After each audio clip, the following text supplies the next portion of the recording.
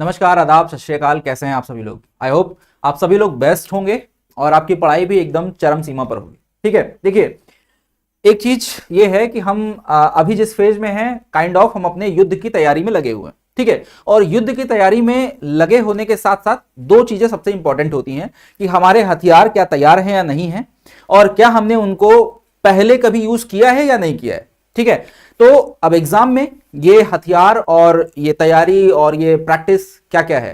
तो जो हमारा हथियार है, इट्स मीन कि हमारा कंटेंट कंप्लीट हो चुका है कि नहीं हो चुका है, और हमने उसको प्रीवियस यूज किया है कि नहीं किया है, इट्स मीन कि हमने उसका रिवीजन किया है या नहीं किया है। देखिए हम बात कर रहे हैं हिंदी की। ठीक है, हम बात कर रहे हैं हिंदी की। होता क्या है, हम पढ़ने में इतना मशगूल रहते हैं कि पढ़ते पढ़ते पढ़ते पढ़ते भूल जाते हैं कि हमें उसको रिवाइज भी करना है या उसमें जो भी एरर्स होती हैं उसको भी फाइंड करना है। तो एक छोटी सी वीडियो हम आपके लिए लेकर आए हैं कि क्या करें और क्या ना करें, व्हाट नॉट टू डू।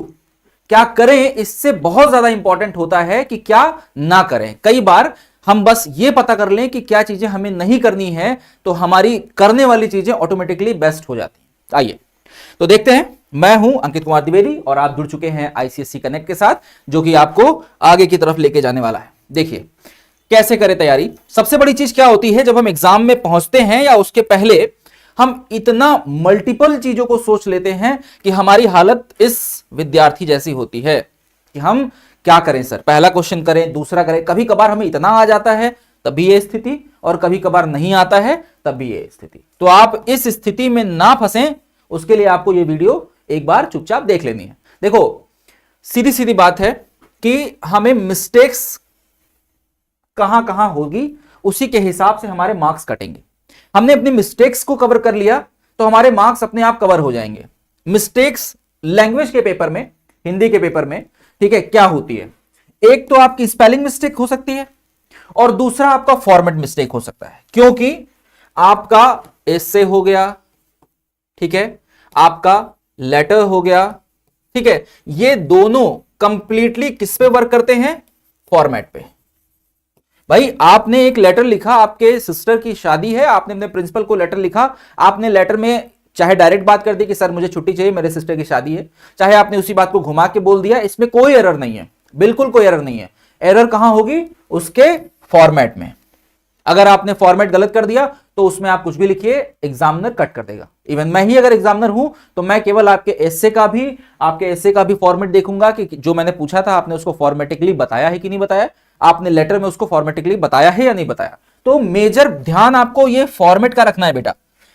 अब बात आती है स्पेलिंग मिस्टेक्स की। तो देखो स्पेलिंग मिस्टेक एक दिन में सही होने वाली चीज नहीं है, तो इस पे हम बहुत ज्यादा डिस्कशन नहीं करेंगे। इसका एक आपको मैं तरीका बता देता हूं कि हिंदी में क्या होता है, बहुत सारे कठिन शब्द होते हैं, कठिन शब्द होते हैं जिनका हमें उपयोग करना होता है या हमारी पाठ्य पुस्तक में लिखे होते हैं।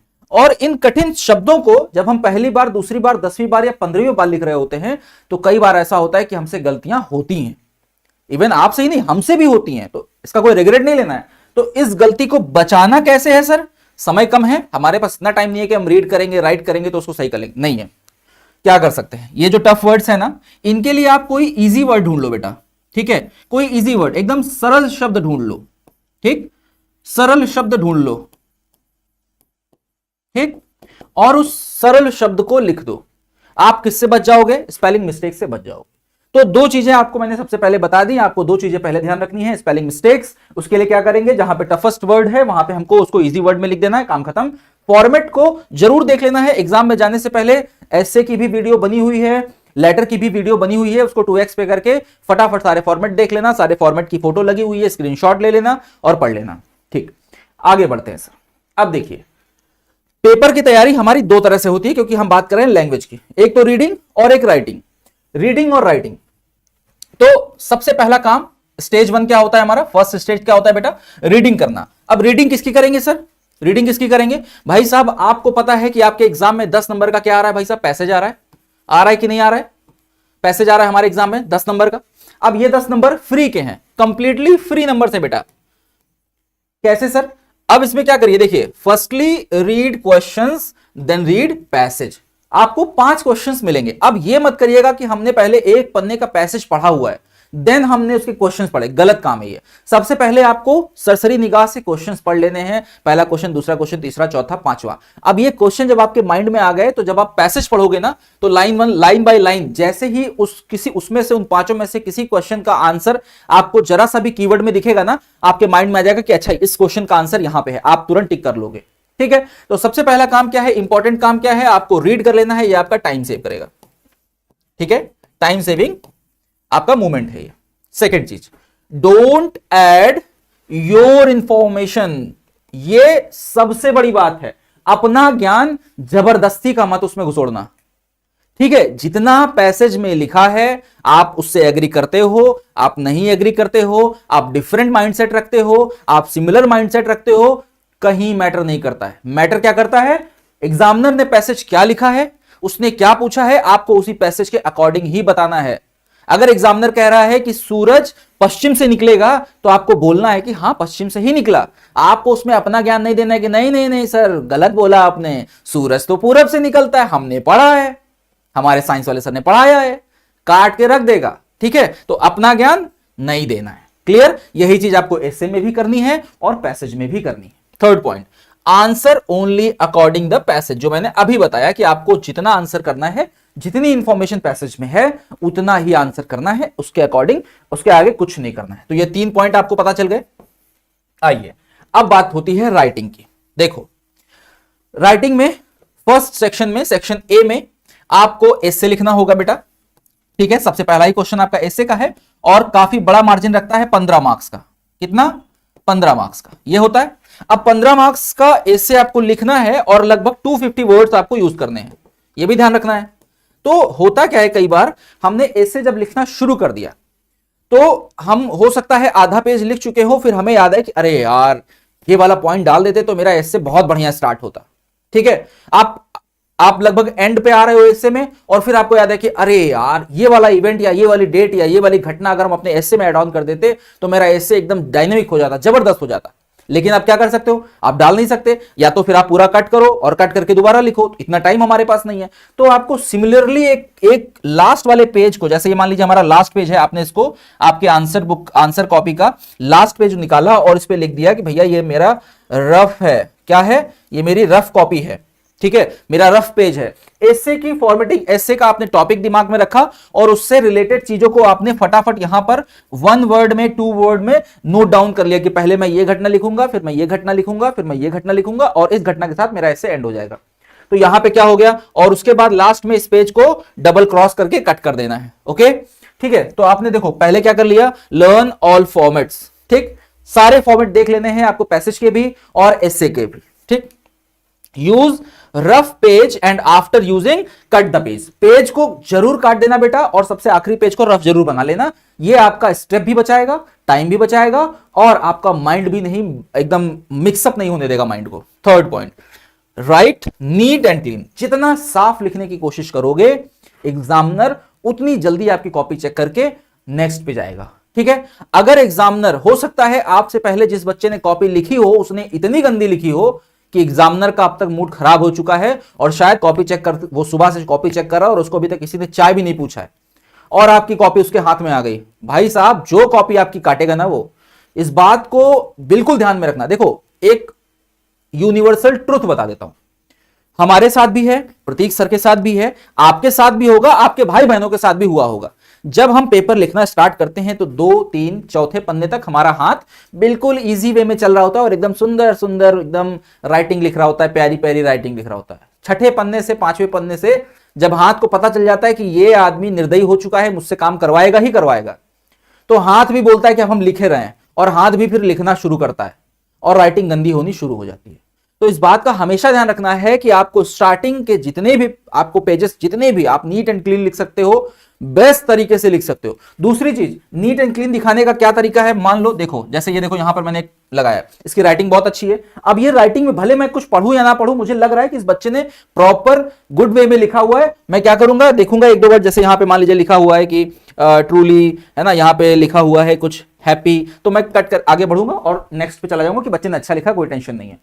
मेन पॉइंट को आपको क्या करना है, हमेशा अंडरलाइन कर देना है, जैसे आप कोई भी हेडिंग डाल रहे हो उसको ब्लैक से या ब्लैक स्केच से हेडिंग कर दो। आप कोई सब हेडिंग डाल रहे हो उसको स्पेस में, मतलब हेडिंग के जस्ट नीचे नहीं लिखोगे। हेडिंग मान लीजिए जैसे यहां पर हमारी हेडिंग आई है, मैं आपको दिखा देता हूं, स्लाइडर कहां से आएगा, ये जैसे मान लीजिए यहां पर हमने कोई हेडिंग लिखी, अब ये इसके जस्ट नीचे हमें हेडिंग नहीं, सब हेडिंग नहीं लिखनी है, ये हमारी हेडिंग हो गई, ठीक है। और इससे हमें इतना स्पेस, मतलब जहां पे ये खत्म हो रही है उसके बाद यहां पर हम अपना सब हेडिंग लगाएंगे। और इसको भी हमने मस्त अंडरलाइन कर दिया, इसको भी अंडरलाइन कर दिया। यहां से जब यहां से और इसको करके हमने यहां से अपना पैसेज लिखना स्टार्ट किया। अब हम लिखते चले गए, लिखते चले गए, लिखते चले गए। यहां पर कुछ चीजें हमने बहुत इंपॉर्टेंट डाली थी जो हम चाहते हैं कि एग्जामिनर देखे, उसको क्या कर दो, चुपचाप नीचे से अंडरलाइन कर दो, ऐसे करके, ठीक है। ये बहुत इफेक्ट डालेगा बेटा, और आपके कम से कम ये इतना स्टेप आपके कम से कम 5 नंबर 5 मार्क्स आपको एक्स्ट्रा की तरफ लेके चलेगा।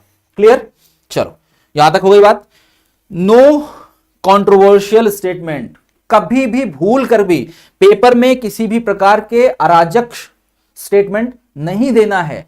आपको अपनी सोच का प्रदर्शन नहीं करना है, ठीक है। आप किसी पार्टी को लाइक करते हो, आप किसी धर्म को लाइक करते हो, आप किसी संप्रदाय को लाइक करते हो, आप किसी संप्रदाय, किसी व्यक्ति विशेष, किसी भी चीज के लिए स्पेशलाइज्ड नहीं होगे।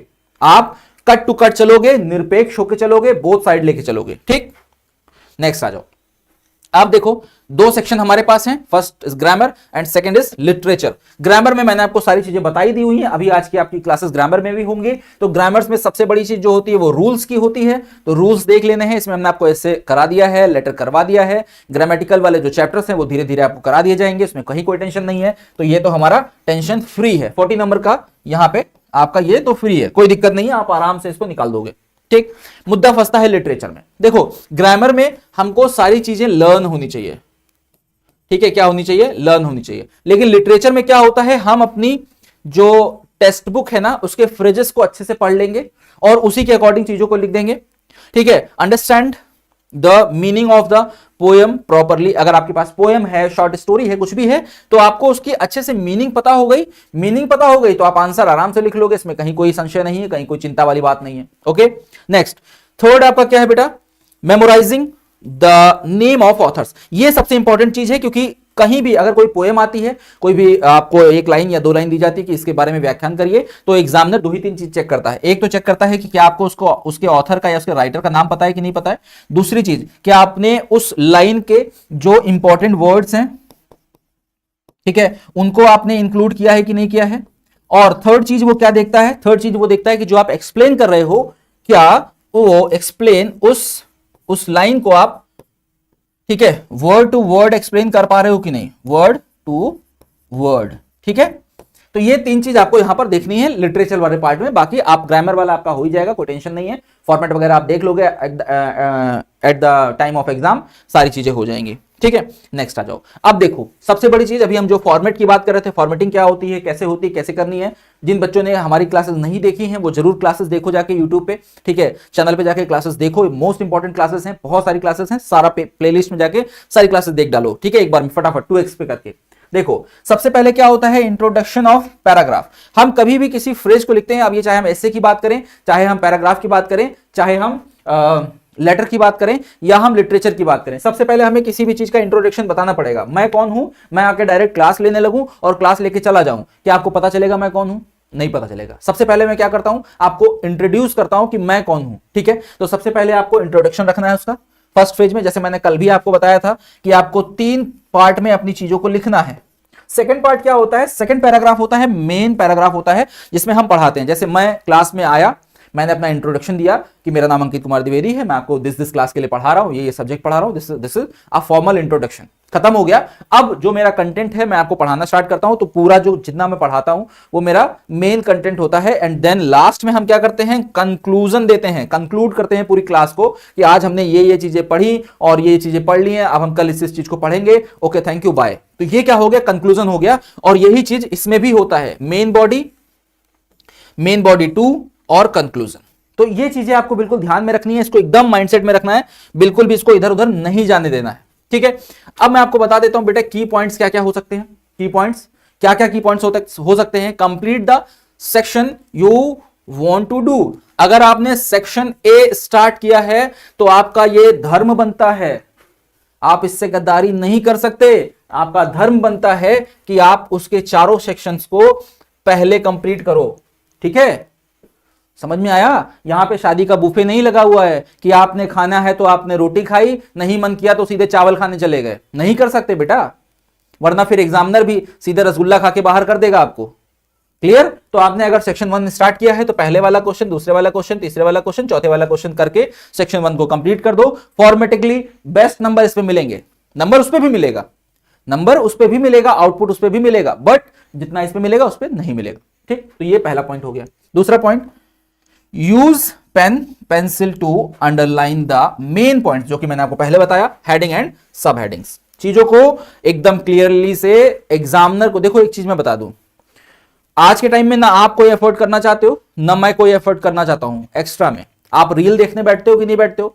तो क्या ऐसा करते हो कि पहले एक रील देखी, फिर 5 स्किप की, फिर 6वीं देख रहे हैं, फिर 10 स्किप की, फिर 7वीं देख रहे हैं, फिर 12 स्किप कर दी, अच्छा ये वाली ठीक है? नहीं ना, देखते हैं line by line, 1 by 1, 1 by 1, 1 by 1, ऐसे करते हैं ना। और जब इंस्टाग्राम की खत्म हो जाती फिर फेसबुक वाली 1 बाय 1, 1 बाय 1, 1 बाय 1। ठीक, हो सकता है अभी कुछ बच्चे मेरी ये वाली वीडियो देखते देखते उनको नीचे सजेशन में कोई एक खतरनाक सी रील दिख रही हो और वो मेरी वीडियो स्किप करके रील देखने बैठ गए हो, ऐसा भी होता है। तो ये काम बेटा आपको यहां नहीं करना है, वो काम आप रील देखते देखते करिए, एग्जाम में मत करिए बेटा। ठीक है, इट्स अ रिक्वेस्ट।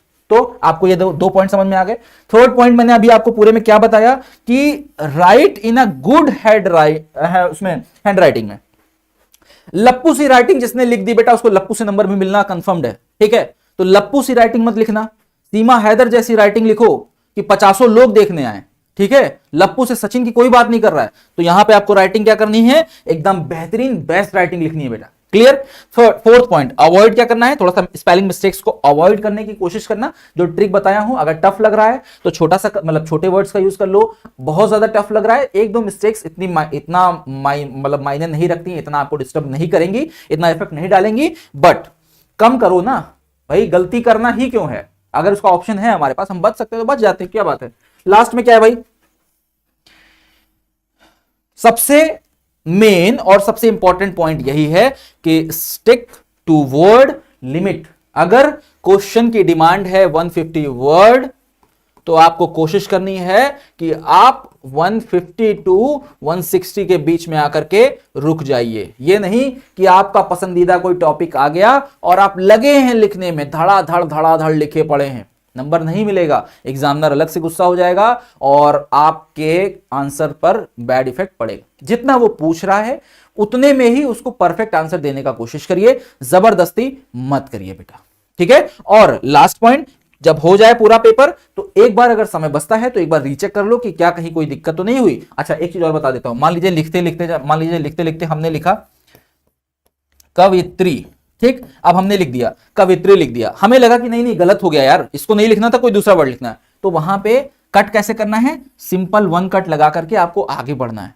ठीक है, ये मत करना कि इसको मिटा देंगे, तुम्हारा नामो निशान मिटा देंगे, अगर तुम मेरी नहीं हुई तो तुम्हें किसी और की भी नहीं होने दूंगा, ये मत करना बेटा। ठीक है, उसको एक बार काटना और आगे बढ़ जाना। ठीक है, क्योंकि जीवन में लेट गो करना सबसे इंपॉर्टेंट है। ठीक है, तो ये कर देना। इतने की पॉइंट्स को ध्यान में रखते हुए अपना पेपर करोगे तो पेपर का बेस्ट आउटकम आएगा, बेस्ट रिजल्ट आएगा, और आप भी इस बात से एकदम निश्चिंत रहोगे कि हमने जो किया है अच्छा किया है, जैसा किया है अच्छा किया है। ठीक है, परेशान मत होना, हेजिटेट मत होना, पहुंचते ही पहले पेपर एक बार शांति से पढ़ लेना, चीजों को अपने दिमाग में स्टेबल कर लेना, सीक्वेंटली बना लेना कि मैं पहले सेक्शन ए करूंगा या बी करूंगा।